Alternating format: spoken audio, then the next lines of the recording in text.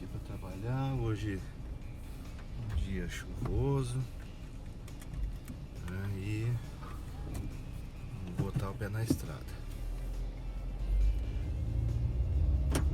Uma coisa que a gente percebe muito assim lá na administração pública, que as pessoas não têm assim uma certa noção do que é a administração em geral, né? Então nós aqui fazemos aí, cuidamos da questão da arrecadação, né? E as pessoas não entendem, muitas vezes não entendem, querem um serviço público de qualidade, mas não sabem de onde que vem o dinheiro para executar esses serviços,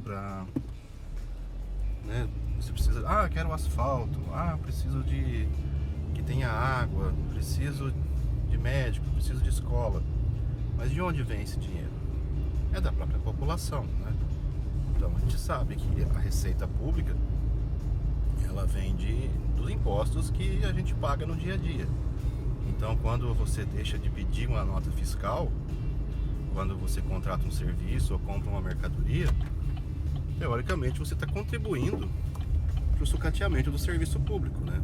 Então, por exemplo, no caso das receitas municipais, nós temos aí o IPTU, o ISS, né, o ITBI. Quando você não pede uma nota fiscal de prestação de serviço, quando você deixa de fazer a transferência do imóvel, deixa tudo em contratos de gaveta, que o pessoal chama, né? A gente sabe que existe isso, né? E aí não deixa de pagar o IPTU e tal, aí fica complicado para você exigir um serviço público de mais qualidade, né? Fala-se muito da corrupção e tudo mais, mas o pessoal esquece que a maior parcela de desvio de recursos é em função da sonegação fiscal. Isso é um problema. A gente vê, por exemplo, a questão do IPTU. IPTU, a gente faz lá o levantamento, né, a previsão de arrecadação, e em média 5% daquilo que a gente prevê não se efetiva, não arrecada, né? Mas a gente já entende que tem situações, por exemplo, agora na época de pandemia, pessoas perderam o emprego e tudo mais. A gente sabe que ninguém vai deixar de pagar de comprar comida para pagar imposto. Então você tem essa noção de que as famílias têm prioridades, mas também tem que ter essa noção de que o serviço público ele é feito com arrecadação de dinheiro público, de impostos. Além do que todos os impostos que você paga, eles são distribuídos entre as esferas de governo. Então tem imposto que é da esfera municipal, tem imposto que é da esfera estadual, tem imposto que vem da esfera federal. Claro que, no caso do município, os principais são o IPTU, o ITBI, o ISS, as taxas, né, de lixo e tudo mais. E no caso do estadual, a gente tem a transferência de CMS, que é o principal, o IPVA, né, que 50% do que você paga de IPVA fica com o município, então é um valor super significativo. Aí dos federais, a gente tem o FPM, né, que esse imposto, na realidade não é um imposto, é uma transferência referente a outros impostos. Então o pessoal lá faz a arrecadação disso e transfere para os municípios e os estados. Beleza, mas tem outra questão, né, que a gente chama de previsão. São fases, né, que assim como qualquer coisa na administração pública, para cobrar um tributo, a gente precisa ter uma legislação, porque na administração pública a gente só faz aquilo que a lei autoriza, né? Muito bem. Aí, isto posto, né, tem que ter lei para tudo. Inclusive, já esquecendo de falar, que eu tenho os impostos, mas eu também tenho os fundos, né, que são são recursos específicos, né, de leis para a criação de fundos municipais. Que aí aqui na cidade onde eu resido, por exemplo, nós temos um fundo que chama FAED, que é um fundo que o pessoal, quando faz a matrícula, eles contribuem, isso não é imposto para a pessoa, né? Não é, se ela quiser, ela contribui com um valor na hora que a criança faz a matrícula, e isso vai para a Secretaria de Educação. Tem um outro que é da Secretaria de Cultura, que, por exemplo, quando você quer local, usar o teatro ou algo desse tipo, aquele espaço, ele é, vamos dizer assim, locado. E aí o valor dessa locação, ele vai lá para esse fundo de cultura. E por aí vai, né? Também tem aquela questão que a gente chama de recurso carimbado, verba carimbada, né? Que são receitas que a própria legislação, ela estabelece um vínculo que eu não posso quebrar.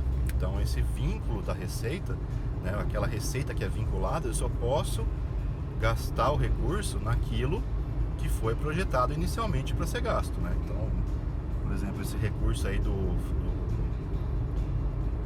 FAEC que eu falei aí, que é o Fundo da Cultura, o recurso da cultura, ele só pode ser gasto com dinheiro para ações da cultura. Eu não posso pegar o recurso e gastar com outra coisa fora da vinculação. E tem aquelas questões também das vinculações constitucionais, né? Que, por exemplo, o imposto de renda, perdão, a receita própria, eu tenho que, da receita própria, né, dessas aí que eu falei do IPTU, do município, 25% eu tenho que efetivamente aplicar na educação e 15% no mínimo aplicar na saúde. Lógico que a gente gasta mais que isso, que as secretarias, a educação e a saúde são os gastos prioritários, né? Em torno aí, nesse município aqui onde eu resido,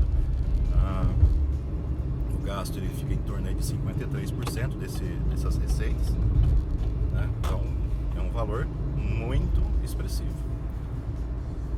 Então, e tem um outro detalhe, né? Que a própria lei de responsabilidade, ela já prevê que eu não posso gastar, né? Eu já tinha falado que eu não posso gastar em outras vinculações, né? Pegar o dinheiro que está previsto para a saúde e gastar na educação e por aí vai. E tem uma outra situação, que quando nós fazemos o orçamento, o planejamento do município, logicamente tem que ser equilibrado, né? Então tá lá que eu não posso ter gastos maiores do que a arrecadação, isso é óbvio, né? Não posso gerar déficits, né? Aí o que acontece? Nessa situação, então se eu não arrecadei a receita, mesmo eu tendo fixado a despesa, eu não posso efetuar o gasto público se eu não tiver a receita correspondente, né? Isso é mais fácil de ver, por exemplo, quando a gente assina um convênio. Que o convênio, muitas vezes, ele tem lá uma contrapartida do órgão que está assinando. No caso, por exemplo, eu assino um convênio com a Secretaria de Segurança Pública. Aí vem uma parte do recurso da Secretaria de Segurança Pública e uma parte do recurso é da Prefeitura, ou do outro órgão conveniado. Legal. Só que aí, se não veio o recurso do convênio, eu não posso efetuar o gasto pertinente àquele convênio enquanto o recurso não vier. Então é complicado, né? Você tem que por isso que fala, né? Por isso que a legislação, ela é bem clara no sentido de planejamento e transparência, né? A lei de responsabilidade, ela tem essa questão muito arraigada ali, que é o pilar, são os pilares da lei de responsabilidade, planejamento e transparência. Então, todas as ações mesmo do serviço público, elas têm que ser planejadas. Não posso sair aí apagando incêndio à torta e à direito, simplesmente porque, claro que eu tenho as exceções, né? Por exemplo, o ano passado desde do ano passado nós estamos vivendo aí a situação da pandemia. Então isso fica claro que o planejamento ele vai por água abaixo nessa situação. Só que já nesse período aí eu já tenho como já planejar as ações em relação à pandemia que nós estamos vivendo. Lógico que lá naquele período não foi nada planejado em relação ao atendimento à pandemia. Você não tem como prever isso, né, no planejamento municipal, estadual, federal. Isso aí, não é que você vai prever, vai ter uma pandemia ano que vem, vou deixar aqui um recurso para isso. Não tem isso, não existe.